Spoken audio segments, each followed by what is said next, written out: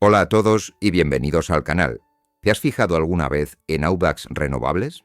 Es una empresa de la que se habla mucho: crecimiento, energía verde, expansión por Europa, etc. Sus titulares suenan francamente bien. Pero ¿qué hay detrás de todo esto? Han publicado sus informes financieros del primer semestre de 2025 y vamos a tratar de traducir todos esos documentos. Analizaremos si su espectacular crecimiento en clientes se está convirtiendo en dinero real o si su deuda es un riesgo demasiado grande. También veremos si la empresa genera caja o la quema. Mi objetivo es darte los datos clave de forma clara y sin rodeos para que entiendas la foto completa. Si te interesan las finanzas y la inversión, quédate porque vamos a ver la radiografía real de Audax. Comenzamos.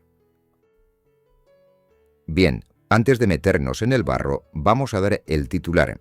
Si tuviéramos que resumir el semestre de Audax en un minuto, ¿cuáles serían las cifras clave? Bien, aquí las tenemos, comparando este primer semestre de 2025 con el del año pasado. En primer lugar, los ingresos, que suben un 7,2% hasta los 947 millones. Más facturación, eso siempre es a priori una buena señal. Luego tenemos los clientes, que la empresa mide en CAPs o CUPs, que serían puntos de suministro, y crecen un 15%, llegando a los 475.000. Es decir, están captando más mercado. También tenemos la potencia instalada, es decir, sus centrales de generación propia, que ha crecido un 21,6%. Están, por lo tanto, invirtiendo y construyendo. También vemos la energía suministrada total, es decir, lo que venden a sus clientes, que sube un 4,6%. Bien, hasta aquí todo parece una historia de crecimiento claro, pero miremos la rentabilidad. El EBITDA o beneficio operativo puro ha caído un 4%, es decir, facturan más, tienen más clientes, pero el beneficio operativo es menor. Esta sería la primera bandera, la primera pregunta que tenemos que responder: ¿por qué es esto así? Y luego la empresa nos destaca un resultado neto pro forma, es decir, un beneficio neto ajustado de 23,2 millones, que sube un 6%. Más adelante veremos por qué utilizan la palabra pro forma y qué hay detrás del beneficio neto real. Por lo tanto, el resumen sería crecimiento en tamaño y en clientes, pero con una rentabilidad operativa que se resiente. Vamos a ver por qué. Para entender Audax, hay que saber que tiene dos negocios. El primero y el más grande es la comercialización. ¿Y qué es esto? Bueno, pues muy sencillo. Audax actúa como un intermediario. Es decir, compra grandes cantidades de electricidad y gas en los mercados mayoristas y luego se la vende al por menor a sus clientes, es decir, a nosotros, a las pymes, a las fábricas, etc. Como hemos visto, este negocio está creciendo. Tienen 475.000 puntos de suministro, pero lo interesante es ver a quién le venden. Si miramos la evolución, Audax ha tomado una decisión estratégica. Está dejando de lado, entre comillas, el segmento doméstico, es decir, el cliente particular, que ha bajado del 11 al 7% de su cartera en los últimos años. Su foco claro es el segmento industrial, que ya supone el 93% de sus clientes. ¿Y por qué hacen esto? Bueno, generalmente el cliente industrial consume mucho más, es decir, más volumen, y aunque puede tener más poder de negociación, es un cliente que Audax considera más rentable y estratégico a largo plazo. También están diversificando el producto. De esos 475.000 clientes, el 75% son de electricidad y el 25% de gas. La cartera de gas, de hecho, ha crecido bastante en este último año. Así que nos quedamos con esta idea. El motor principal de Audax es su negocio de tienda, entre comillas, de energía, enfocado principalmente a empresas. Una de las estrategias clave que menciona la compañía en sus informes es la diversificación geográfica, es decir, no poner todos los huevos en la misma cesta. Audax no solo opera en España y Portugal, lo que sería Iberia, sino que también tiene una presencia importante en otros países europeos, especialmente en Países Bajos y Hungría, y también en Italia, Polonia y Alemania. Y este semestre se ha demostrado por qué esta estrategia es tan importante. Si miramos el EBITDA por países, vemos algo sorprendente. Del total de 59 millones de EBITDA, en España y Portugal se generó únicamente 11,9 millones, mientras que en el resto de Europa se generaron 47,1 millones. ¿Qué ha pasado realmente en España y Portugal para que la rentabilidad sea tan baja? Bueno, la propia empresa lo explica y culpan a un hecho no recurrente. Se refieren al apagón del 28 de abril. Tras ese evento hubo cambios regulatorios urgentes en España que, según Audax, generaron sobrecostes del sistema no trasladables a clientes. Resumiendo, un problema regulatorio en España les ha costado bastante dinero en su margen. Pero gracias a que el 80% de su beneficio operativo ha venido de fuera, 47 millones frente a 59, el resto de Europa ha actuado como un escudo, salvando el EBITDA consolidado del grupo. La diversificación, por lo tanto, en este caso funcionó. Pasemos ahora al segundo negocio de Audax, que sería su gran apuesta de futuro, la generación. Si el primer negocio era ser la tienda, entre comillas, de energía, este segundo es ser la fábrica. Audax está invirtiendo miles de millones en construir sus propios parques eólicos y plantas fotovoltaicas. ¿Y por qué? Muy sencillo, por la integración vertical. El objetivo es llegar a producir ellos mismos una parte significativa de la energía que luego venden en sus tiendas. Esto les da un mayor control sobre el precio y les protege de la volatilidad del mercado mayorista. Y aquí es donde miramos al famoso pipeline o cartera de proyectos. Bien, a 30 de junio, Audax tenía una cartera total de 1.037 megavatios. Pero es clave entender el desglose de la misma. 325 megavatios ya están en operación, es decir, esto es lo que genera dinero a día de hoy. 32 megavatios están en construcción, esto es lo que generará dinero mañana. Y 680 megavatios están en fases de desarrollo avanzadas, es decir, esto sería el crecimiento de pasado mañana. Esta cartera de proyectos ha crecido, por ejemplo, con la reciente incorporación del proyecto fotovoltaico Yechar en Murcia de 112 megavatios. Todo esto sería la parte de crecimiento de la historia de Audax. Bien, tener 325 megavatios en operación está muy bien, pero ¿realmente cuánta energía han producido este semestre? Vale, si excluimos el parque de Panamá, donde tienen una participación minoritaria del 30%, las plantas de Audax en Europa produjeron 145 gigavatios hora. Y aquí viene un dato curioso, esta producción es solo un 0,2% superior a la del año anterior, es decir, prácticamente la misma. ¿Y por qué? Bueno, pues por las incidencias técnicas en los parques eólicos más antiguos de España, que produjeron un 14,8% menos, y por un menor recurso eólico en Francia, que cayó un 6%. Sin embargo, la nueva producción solar compensó en cierta medida estas caídas. Pero, y aquí estaría la clave, miremos la facturación de esta división, 9,9 millones. Esto es un 8,9% más que el año pasado. ¿Y cómo es posible que produciendo lo mismo facturen casi un 9% más? Bueno, la respuesta estaría en los precios que han conseguido. Por ejemplo, en su parque de Polonia, el precio fue un 50% superior al del año anterior. Esto sin duda es una buena gestión. Y esta producción además aumentará, porque acaban de poner en operación su mayor proyecto solar en España, llamado Lucero, que está en Sevilla, con 57,5 megavatios. Ya hemos visto los dos negocios, el de comercialización y el de generación, y ahora vamos a unirlos en la cuenta de resultados, y aquí es donde veremos si la empresa gana o pierde dinero. Empecemos por arriba. Los ingresos totales, es decir, sumando la venta de energía de retail y la venta de generación propia, fueron de 947 millones, un 7,2% más. Perfecto. Pero en una empresa de comercialización, el ingreso bruto no cuenta toda la historia. Tenemos que restarle lo que les costó comprar toda esa energía. Y esta partida sería la de aprovisionamientos. Este coste fue de 834 millones, un 9,4% más que el año anterior. Y aquí estaría el problema. Sus costes de comprar energía subieron un 9,4%, pero sus ventas solo subieron un 7,2%. Es decir, el coste subió más rápido que el ingreso. ¿Y la consecuencia? Bueno, pues que el margen bruto, que es la diferencia entre ambos, cayó un 6,8%, situándose en 113 millones. Y aquí es donde podemos ver el impacto directo del problema regulatorio en España. Aunque consiguieron vender más energía, su margen por cada unidad vendida fue menor.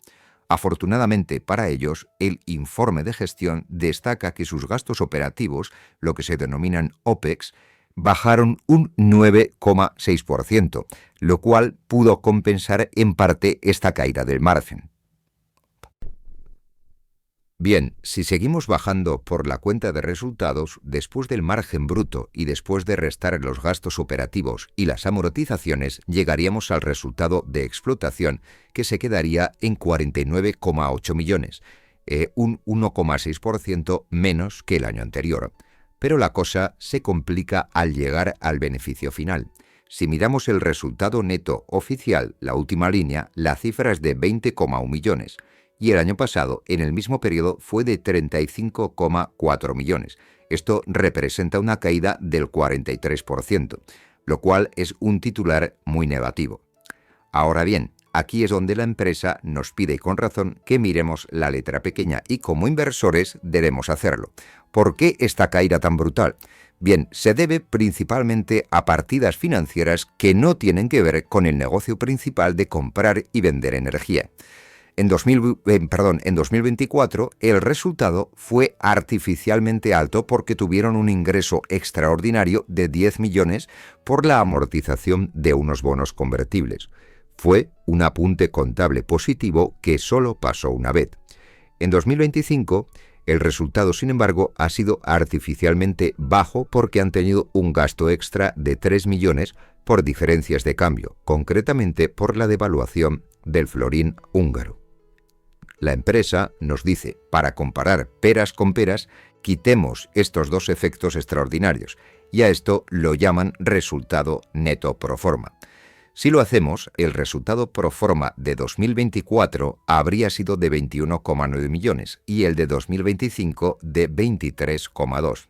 Visto así, el beneficio neto comparable habría crecido un 6%. ¿Y cuál de todos estos datos es la verdad? Bueno, pues todos son ciertos. El beneficio contable real se ha desplomado, pero la causa principal no es que el negocio se esté hundiendo, sino que es debido a todos estos efectos financieros extraordinarios. El negocio real parece, sin embargo, más estable. Muy bien, ya hemos entendido los ingresos y los beneficios, y ahora tenemos que hablar del tema más importante para entender Audax, su mayor riesgo y su mayor foco de gestión. Estamos hablando de la deuda. Una empresa que está construyendo tantos parques solares y eólicos necesita muchísimo dinero y ese dinero normalmente lo pide prestado. Vamos a ver los números. A 30 de junio, la deuda financiera bruta, es decir, todo lo que debe a bancos y bonistas, ascendía a 593 millones. Sin embargo, la empresa tiene en su caja, en efectivo y otros activos líquidos, 285 millones.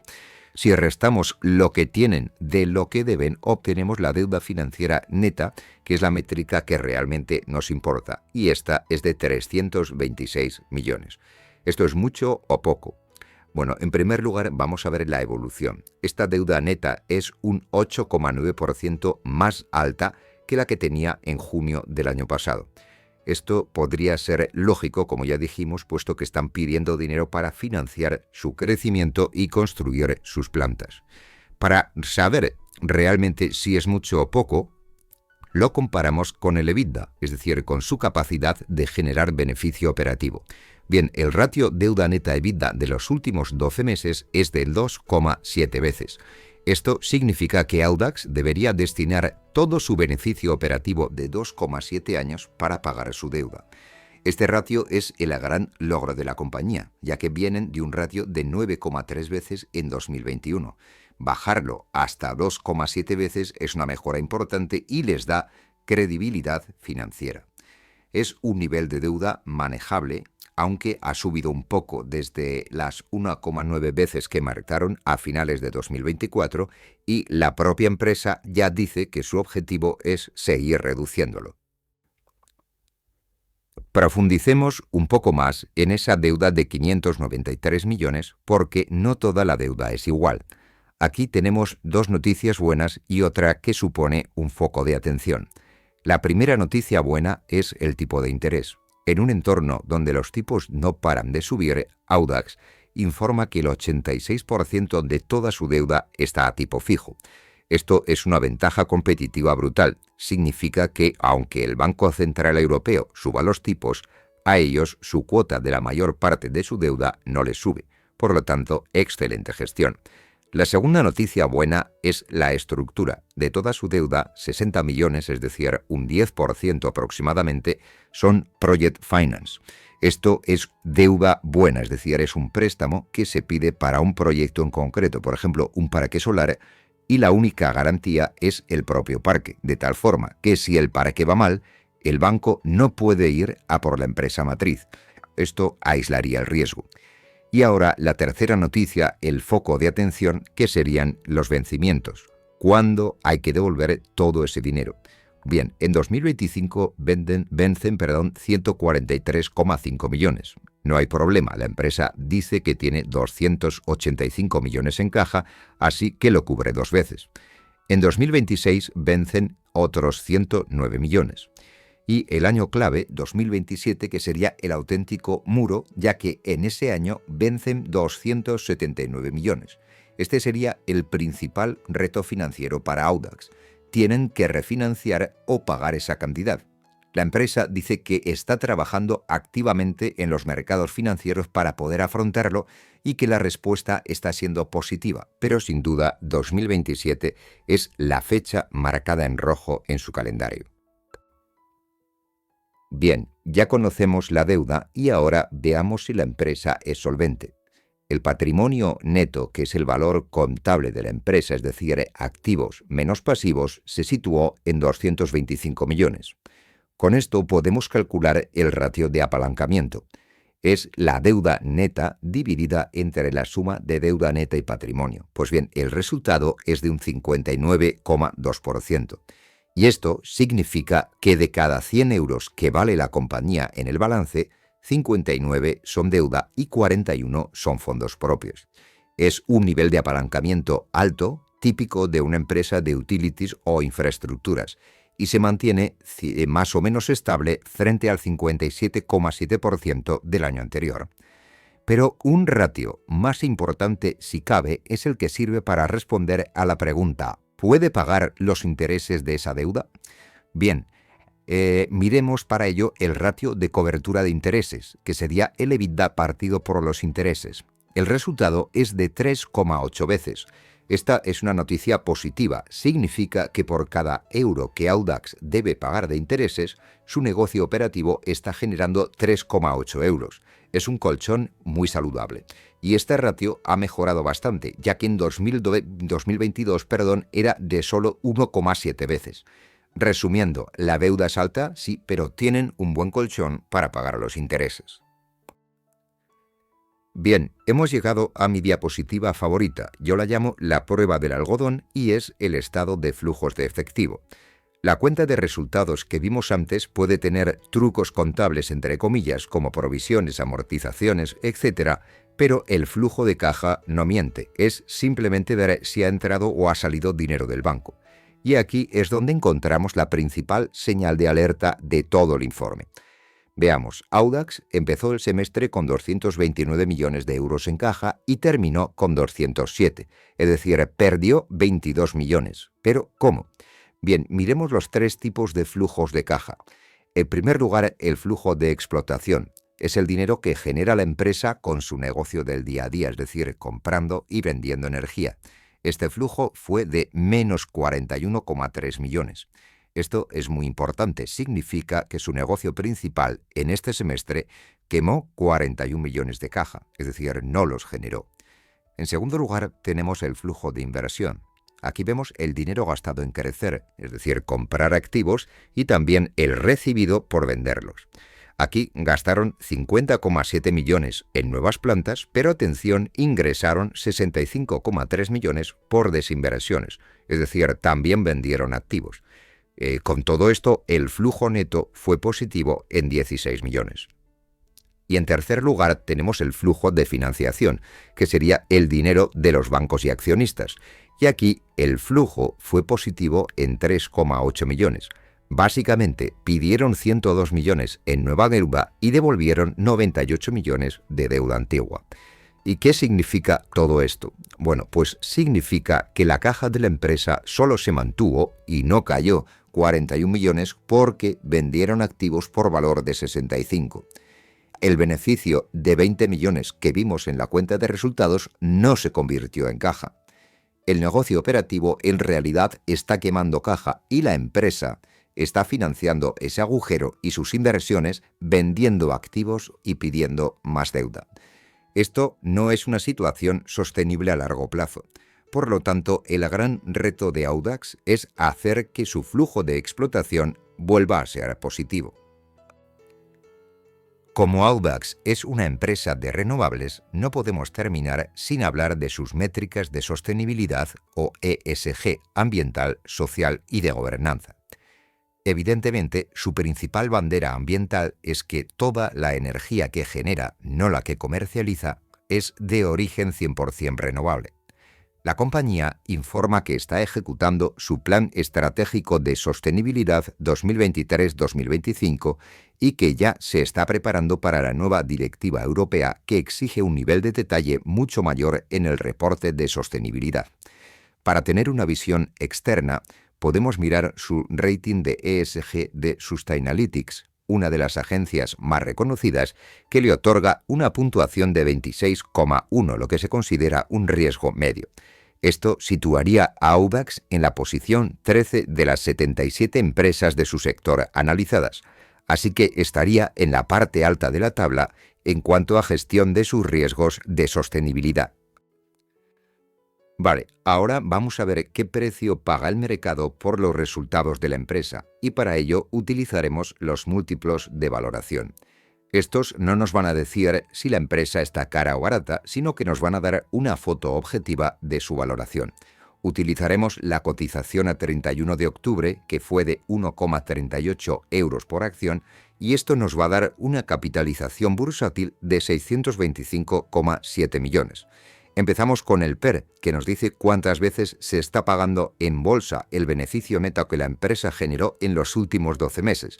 Pues bien, el PER es de 13,7 veces. Seguimos con el Enterprise Value EBITDA, que compara el valor de empresa, que se obtiene añadiendo a la capitalización la deuda neta, y lo compara con el beneficio operativo, con el EBITDA. Bien, pues el Enterprise Value EBITDA fue de 8,25 veces. Y finalmente el Enterprise Value Ventas, que compara el valor de empresa con las ventas totales, y aquí obtenemos un ratio de 0,49 veces. La utilidad de todos estos números es poder compararlos con los de otras empresas del sector o con el historial de la propia compañía. Llegamos al final. Vamos a tratar de resumir todo lo que hemos visto de Audax Renovables en este primer semestre de 2025. En mi opinión, la historia de Audax es una historia con dos caras. La cara positiva es la del crecimiento. Están ejecutando su plan de expansión, captan muchos clientes, más 15%, crecen en países clave como Países Bajos y su cartera de proyectos de generación sigue aumentando, ya supera 1 gigavatio. Además, su gestión de la deuda es prudente, con la mayoría a tipo fijo y con un buen colchón para pagar los intereses. La cara de la cautela, sin embargo, estaría en la rentabilidad y sobre todo en la caja. El beneficio neto oficial se ha desplomado y aunque hemos visto que tiene una explicación pro forma, el margen bruto se ha estrechado. Pero sin duda, la gran señal de alerta es el flujo de caja operativo negativo de 41 millones. Una empresa no puede vivir permanentemente quemando caja en su negocio principal. En este semestre han compensado esa quema vendiendo activos. el gran reto para Audax en los próximos trimestres es demostrar que su negocio, además de crecer, puede volver a generar caja por sí mismo. Y eso es todo por hoy. Hemos ido desde los ingresos hasta la caja, pasando por la deuda y los proyectos. Espero que esta radiografía financiera te haya resultado útil. Si has aprendido algo nuevo, si te ha gustado este análisis, te agradecería enormemente que le dieras al botón de me gusta y te suscribieras al canal para no perderte próximos vídeos. Como siempre, quiero recordarte que este vídeo tiene un fin puramente educativo e informativo. No es, bajo ningún concepto, una recomendación de compra o venta de acciones. Cada uno debe hacer su propia investigación antes de tomar cualquier decisión de inversión. Sin más, muchas gracias por vuestro tiempo y nos vemos en próximos vídeos.